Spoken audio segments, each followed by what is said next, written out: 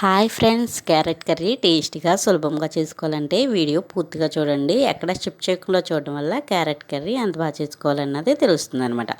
అదేవిధంగా ఇప్పటి వరకు మా ఛానల్ని ఎవరైనా సబ్స్క్రైబ్ చేసుకోలేనట్లయితే సబ్స్క్రైబ్ చేయండి, లైక్ చేయండి, షేర్ చేయడం మర్చిపోకండి.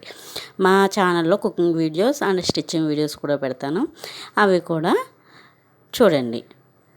అదేవిధంగా క్యారెట్ కర్రీ ఎలా చేసుకోవాలన్నది ఇప్పుడు చూద్దాం.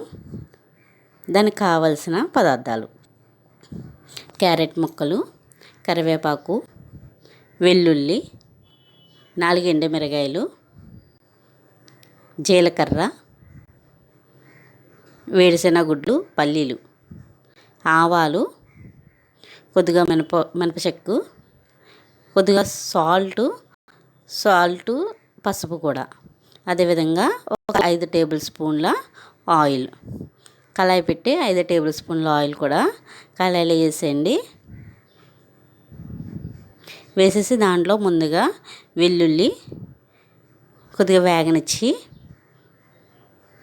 అప్పుడు దాంట్లో వేరుశెనగ గుడ్లు, అవే పల్లీలు కూడా వేసేసి బాగా వేగనీయండి.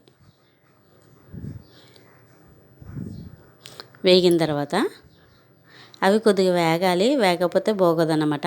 వేగిన తర్వాత అప్పుడు మొత్తం మిగిలిన మసాలా సామాన్లన్నీ ఏం తీసుకున్నామో ఆ సామాన్లన్నీ మొత్తం వేసేయండి.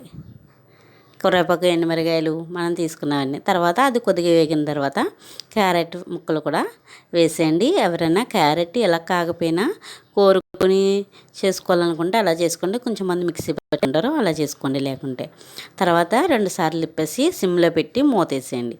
బాగా మగ్గిన తర్వాత కొద్దిగా పసుపు, సాల్ట్ వేయండి. బాగా మగ్గిన తర్వాత చేయండి.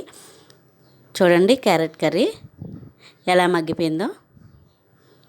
ఓకే ఫ్రెండ్స్, మా ఛానల్ని సబ్స్క్రైబ్ చేయండి. చాలా టేస్ట్గా ఈ కర్రీ బాలింతరాలు కూడా తినొచ్చు. వాళ్ళైతే మాత్రం వేరుశెనగ గుడ్లు, ఆవాలు తీసేసి మిగిలినవి వేసుకోండి. చాలా టేస్ట్గా ఉంటుంది ఫ్రెండ్స్. బాలింతరాలకి చాలా బలం కూడా, చిన్నపిల్లలు కూడా చాలా టేస్ట్గా